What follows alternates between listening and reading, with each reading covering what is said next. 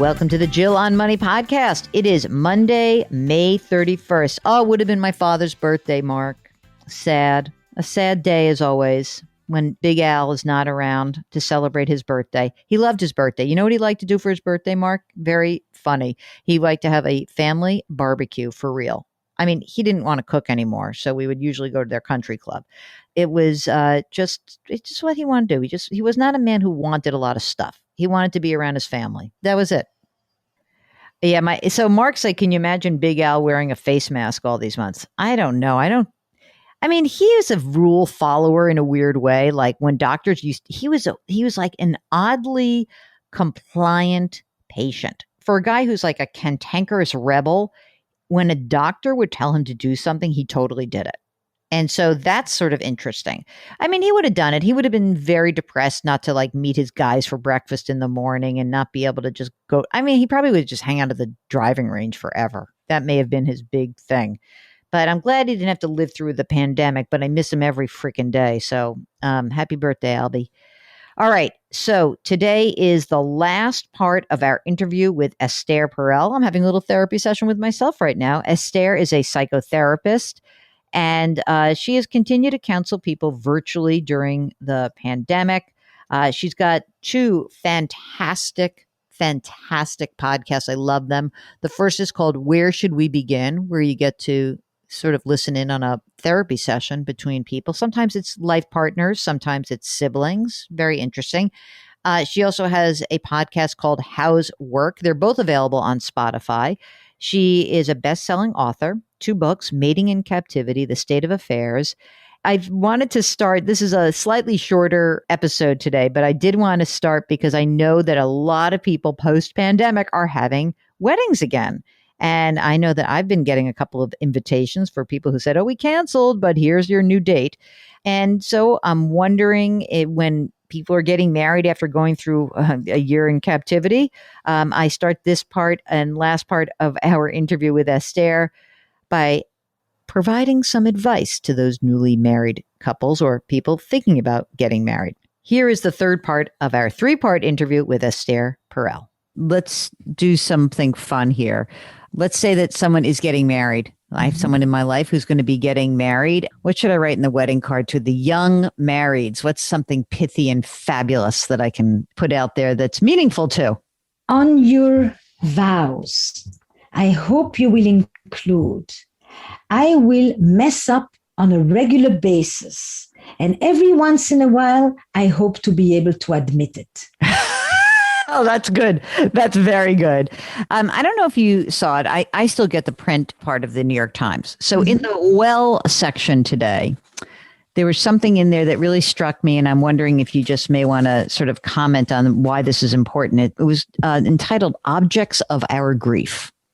And I encourage you to look at it because there is something about holding a physical object when you can't hold that physical person that was so striking to me.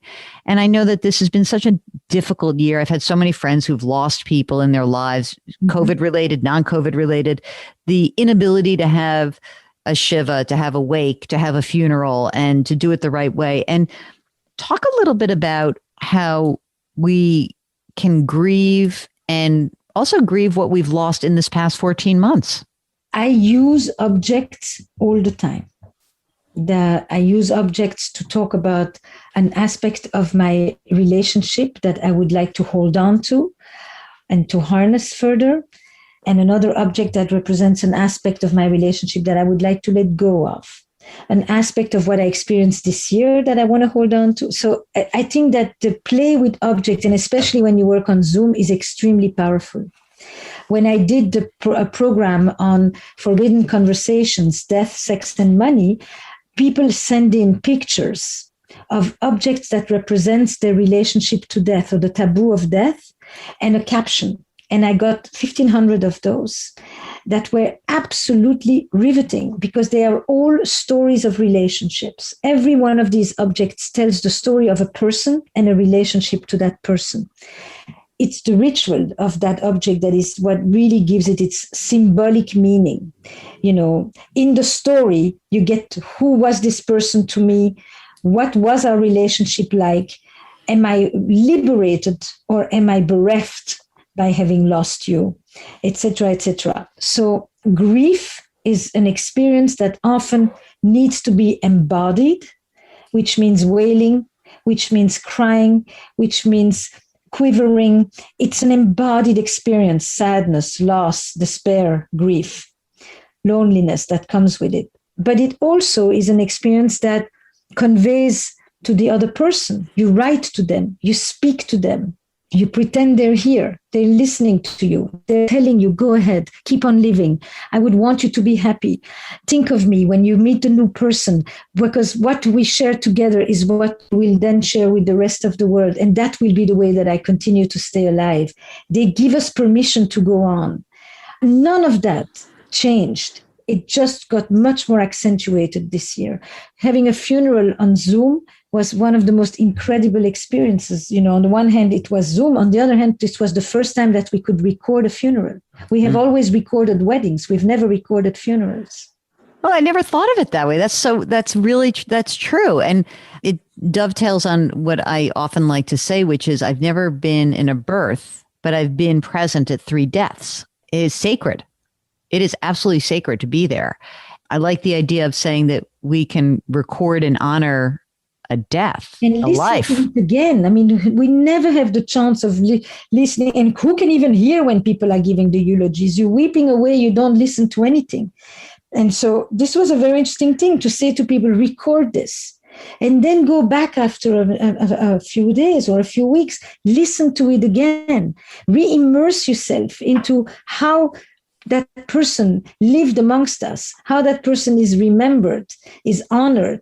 There are a lot of new rituals of grief and mourning that were created this year. Okay, that was it. It was a dream come true. I mean, really, I love her. I love her work. She's so smart. She's so empathic. And I hope that we can get Esther back on the show again. She's always doing really interesting stuff. So that was fantastic. And I hope you enjoyed it. A little bit of a different turn for a holiday weekend, but lots there for anyone to take away. All right. So it's back to the old sketch tomorrow, and we will then be answering your questions.